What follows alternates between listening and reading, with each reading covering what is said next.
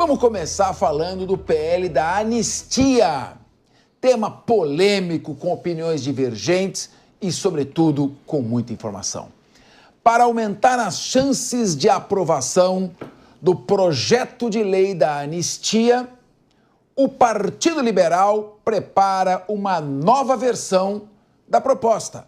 Nesta nova versão, o foco está apenas nos condenados pelos atos de 8 de janeiro. Segundo informações do G1, o novo texto, que pode ter sido objeto de uma negociação, deve ser mais leve e objetivo para superar possíveis inconstitucionalidades e eventualmente apresentadas na proposta que havia sido protocolada anteriormente pela oposição. Então, estamos com um texto mais enxuto, mais objetivo. De acordo com a Folha de São Paulo, o líder do PT na Câmara, Lindenberg Farias, afirmou que o presidente da casa, Hugo Motta, não vai pautar a urgência do projeto. Olha aí, o Hugo Motta está obediente, está obedecendo o Lindenberg direitinho. O Lindenberg já avisou que ele não vai pautar.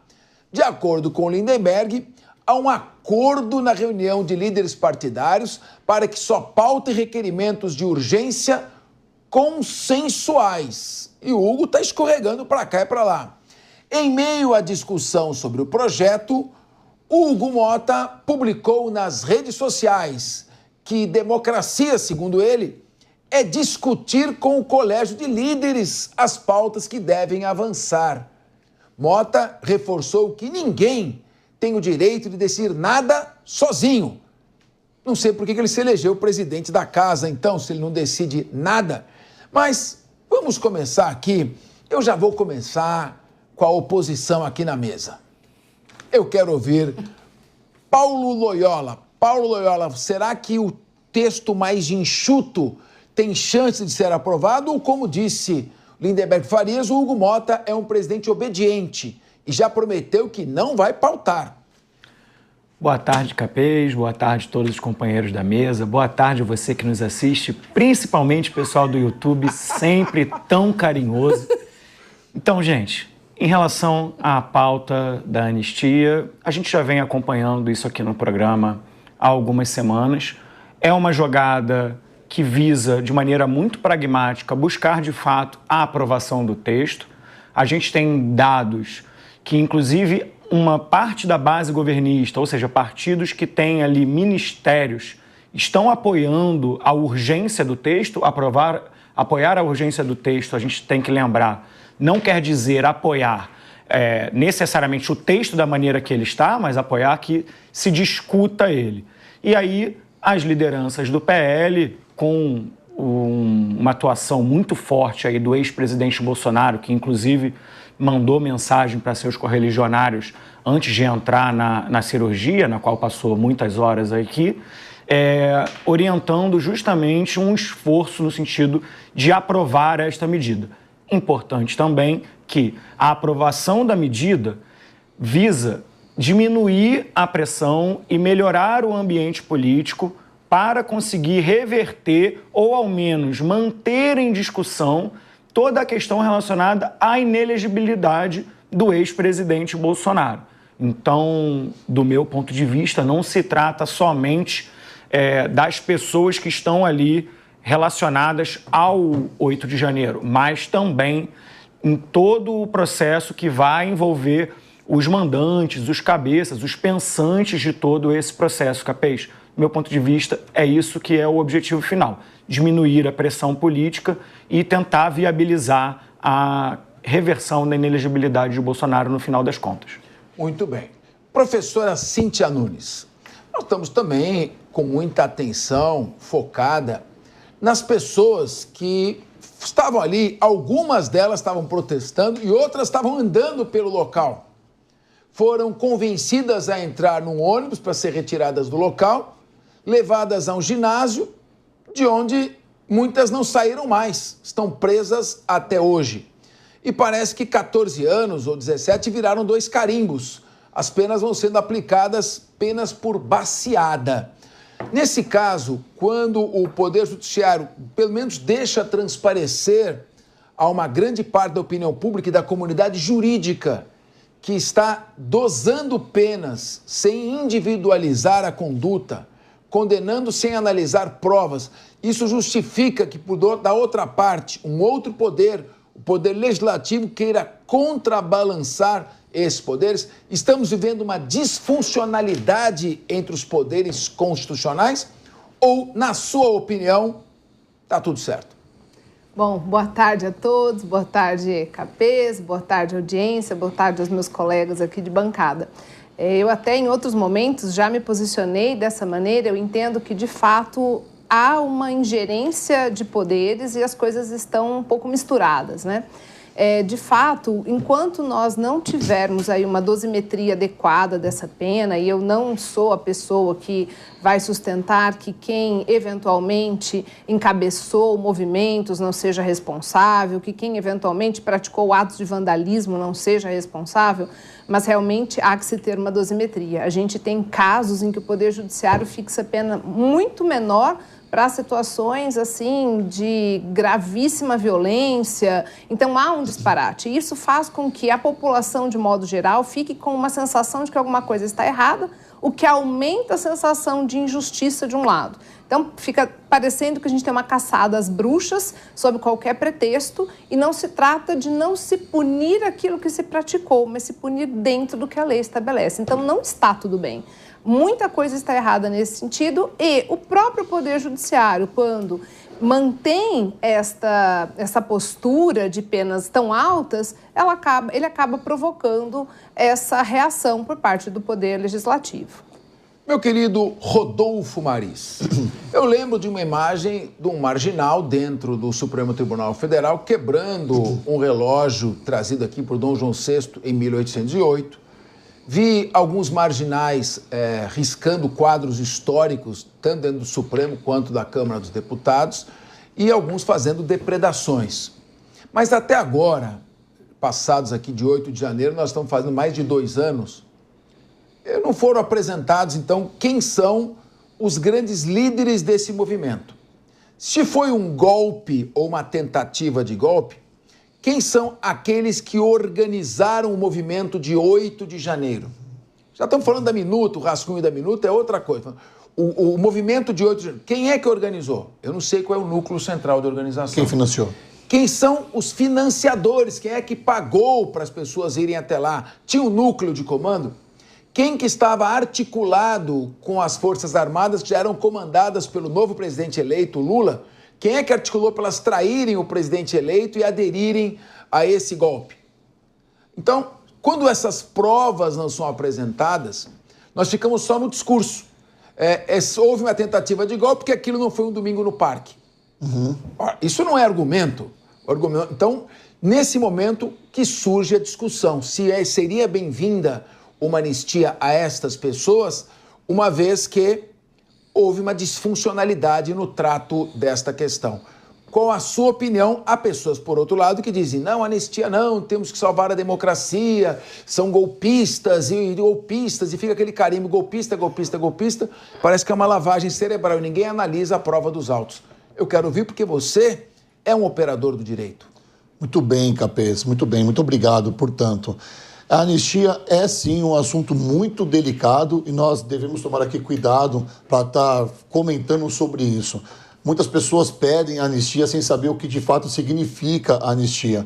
E quando uma pessoa de direita se põe contra a anistia, essa pessoa já parece para as pessoas de direita que ela é um traidor, está traindo a pátria. E não é bem isso que acontece, porque se a gente for levar o pé da letra, o que acontece com a anistia é passar um corretivo, é apagar o crime que supostamente aquela pessoa tenha cometido. O pedido da anistia é um pedido errado nesse momento.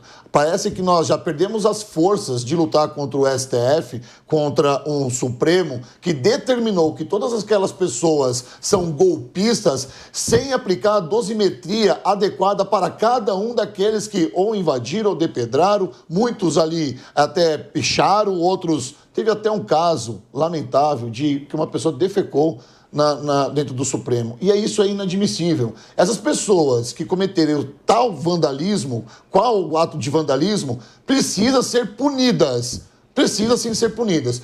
A anistia, agora, com esse novo texto, aí eu vou aqui um pouco, contradizer aqui o que meu amigo Loyola disse. O texto original, que é do dia 30 de outubro de 2022, é datado, é sim uma prerrogativa para, quem sabe, Jair Messias Bolsonaro entrar nesse fecho aí e ser anistiado. Mas, uma coisa não tem nada a ver com a outra, eu vou explicar isso mais para frente. Mas o texto agora que fala do 8 de janeiro, pouco tem a ver com esse presidente, Loyola. A gente está falando agora exclusivamente das pessoas do 8 de janeiro. Já tiramos aquelas pessoas dos caminhoneiros, já paramos aquelas pessoas que fizeram as paralisações, já tiramos de cenário, talvez, uma possível anistia para Jair Bolsonaro. Nós estamos falando simplesmente do 8 de janeiro. O que não convém, quando as pessoas falam de anistia, a gente precisa se aprofundar. E como diz a professora aqui, a dosimetria, nesse caso, ela está errada. Paulo Loyola, você foi citado, mas rapidamente, por favor, porque eu quero ver também o Coronel Sérgio Marques. Nenhum problema se quiser ouvir o Coronel antes também. Não, pode falar, por favor. Mas muito rapidamente mesmo. Concordo com o companheiro Rodolfo no que tange a proposta que está colocada. Se a gente for analisar o texto puro e simples. Só que em política não se trata somente disso. Então também discordo do companheiro Capês quando ele coloca que o que está colocado é só sobre a questão do 8 de janeiro. Porque o que está sendo discutido nas investigações é que se trata de um processo muito maior, que envolveu o 8 de janeiro, que envolveu o ataque às urnas, que envolveu a ocupação dos quartéis, e que envolveu também o planejamento de matar o presidente Lula e o ministro da STF, Alexandre de Moraes. A gente não pode desconectar uma coisa das outras, senão a gente está transformando estas pessoas em massa de manobra. E na política essas coisas estão de fato conectadas. Muito bem. Coronel Sérgio Marques, nós estamos falando aqui de analisar provas e o Paulo Loyola insiste em narrativas jornalísticas. Na verdade, eu insisto na investigação que está sendo conduzida pela Polícia Federal, não em narrativa jornalística. Não. Você insiste na narrativa na medida que você diz que aquelas pessoas foram massa de manobra ou não.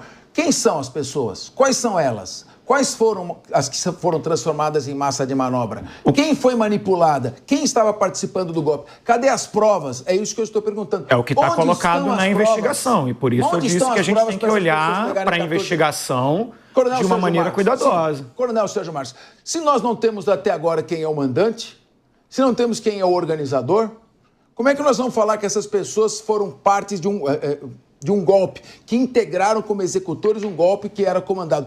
Quem comandou esse golpe? Até agora o que nós temos são 11 versões do Mauro Cid numa delação extremamente questionada, na qual ele ficou preso sem culpa formada durante quase 6 meses. Quero ouvi-lo. Bom, Capês, colegas de bancada e todos aqueles que nos prestigiam, uma ótima tarde. O assunto anistia causa nos corações muitas reações, né, vamos assim dizer. Mas falando na parte prática, houve, enfim, a tentativa do golpe, fuzis, carros de combate nas ruas, tropas determinadas nas ruas. Nós tivemos, no dia 8 de janeiro de 2023, lá em Brasília, não houve. O que houve ali é uma situação de vandalismo. E o detalhe, a norma exige que cada conduta seja individualizada. E praticamente parece feira. Você vai lá para pegar laranjas, coloca todo mundo na mesma cesta e coloca lá 14 anos e 17 anos as penas para todas as pessoas que ali estavam. Então, a situação da anistia vem, mais uma vez dizendo, colocar uma pedra sobre esse assunto, porque o Brasil, ele necessita ter segurança jurídica para que haja investimento a curto, a médio e a longo prazo.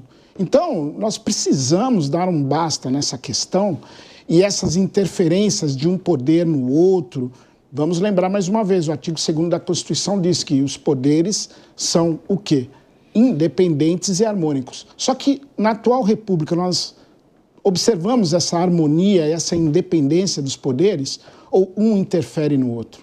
Então, vamos refletir sobre isso. Muito bem. Bom, aqui, como eu digo, no Linha de Frente, tem posições de ver. O Paulo Loyola tem a posição dele, teve espaço, defendeu sua posição, cada um expôs o seu entendimento e cabe a você, nosso telespectador e ouvinte, formar a sua convicção. Aqui ninguém está para fazer a cabeça de ninguém, para dar a palavra a todos, debatermos e democraticamente você forma a sua convicção.